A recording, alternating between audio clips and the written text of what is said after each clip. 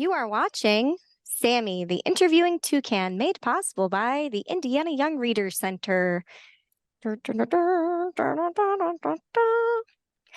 everybody, I'm Sammy, and I'm here today with Karen Kovacik. Hi, Karen, how are you?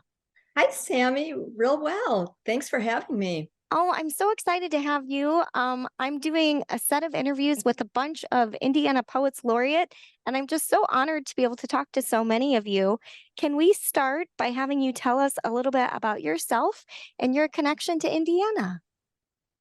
Okay, sure. Well, I was born in Lake County, Indiana, in the northwest corner of the state. And for the last 25 years, I've lived in Indianapolis in Marion County. That's wonderful. So you're like Hoosier born and bred. I am. I mean, I've lived a bit elsewhere, Poland, other states, but for most of my life, I have lived in Indiana. And do you consider yourself to be a Hoosier? I do. And actually, being Indiana Poet Laureate helped me to feel more like a Hoosier. Why? Because I got to travel all around the state and meet people from many different Indiana counties. That's wonderful. Can you tell us a little bit more about being the Poet Laureate? When were you the Poet Laureate?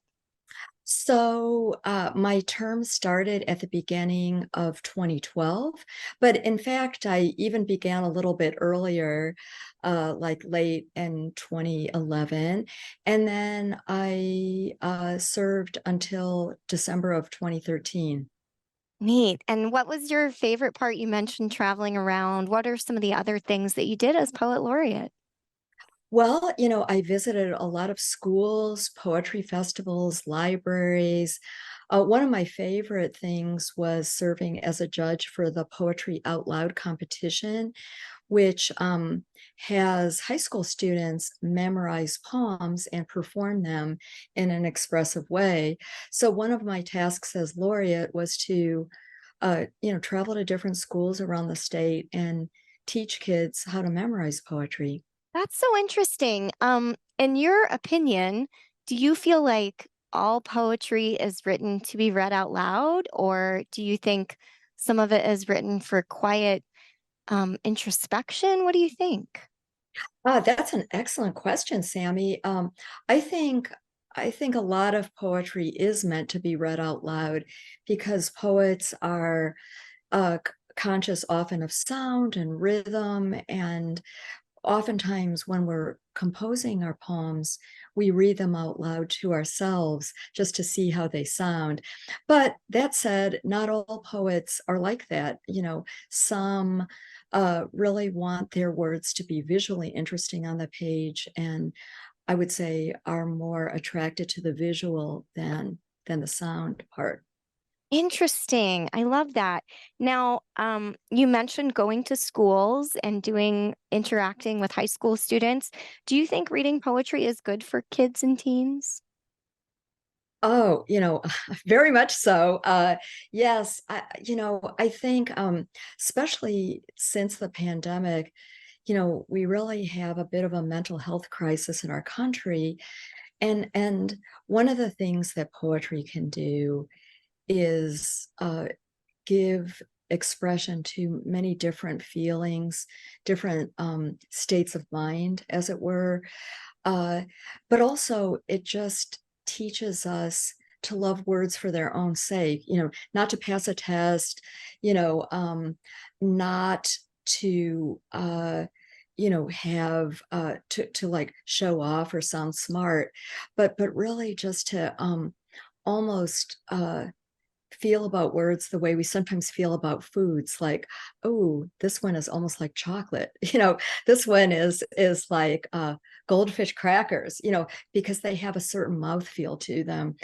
And so yeah, I think poetry can teach us our history. It can help us express emotion. It can uh, show us or give rise to our cultural identity. It can do so many different things. That is just a charming way to describe poetry. I love how you talked about how it's similar to different kinds of foods because you're right. Certain words can just draw upon certain feelings and can make you feel certain ways.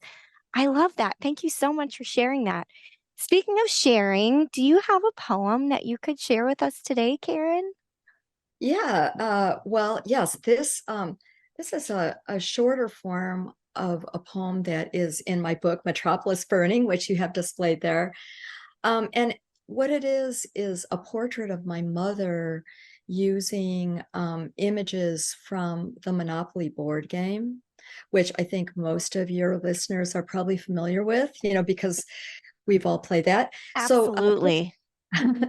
just a little background on this poem. During the summer when I was a kid, uh, my family would play endless games of Monopoly, and my mother was always the banker, and she almost always won. Oh, that's great. I love that. Okay, so my mother, the monopolist, Thimble, queen of the needle, she always chose this tiny silver silo as her token. Emblem of thrift, no prodigal, it tapped at even the swankest addresses. She embroidered pillowcases with tulips while she waited for my brother to get out of jail. Utilities, her nightmare, a world without plumbing or light.